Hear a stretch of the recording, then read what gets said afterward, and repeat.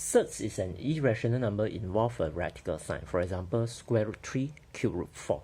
Please take note that square root 4 is not a it's not a surds, because square root 4 is equal to 2, which is a rational number.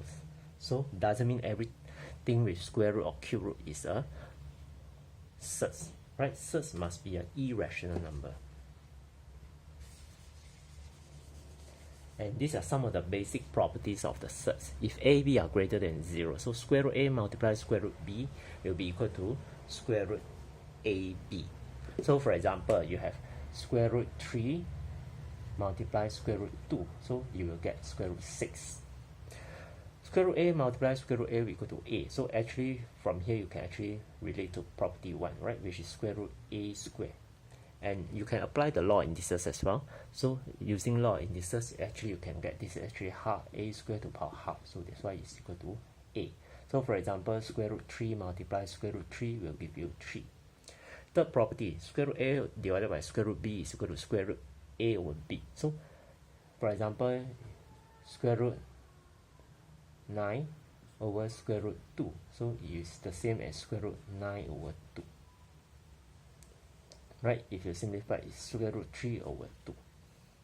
Okay, please take note that these properties are reversible, meaning that if I have square root 6, square root ab, I can change to square root a multiplied square root b, and they are reversible. Okay, so let's see some example on how to make use of this property to simplify our expressions.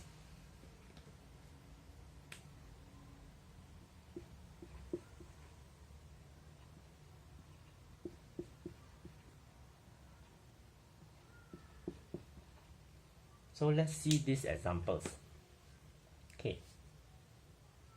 4 we can't do anything, so we just leave it. So square root 8. So square root 8 can be combination of 1 multiply 8, 2 multiply 4, and so on. So of course, this is square root. We will choose a perfect square number. So in this case, we'll choose 4 multiply 2. So if you can't see, then you write 1 by 1. And 3, same.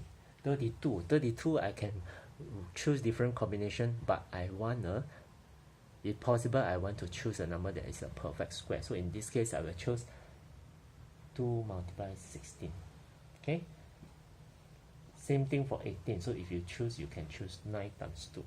So in this case, according to the law and the properties, right, so this is actually equal to 4 square root 4 square root 2. This is 3 square root 2 square root 16.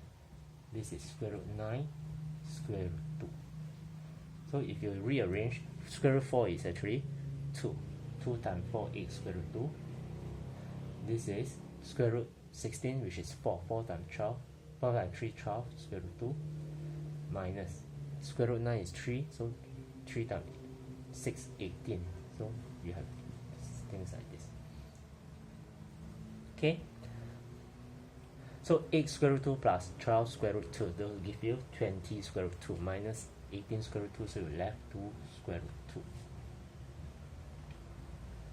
Okay, likewise, let's say you have a division, something related to division. For example, square root 100 over square root 2. Okay, so you can actually rewrite this as square root 100 over 2, so which is square root 50. Okay, square root 50, as you know, you might express as a 25 multiplied 2, so which is square root 25 multiplied square root 2. So that's why your answer will be 5 square root 2. So basically these are the simple properties of the surds.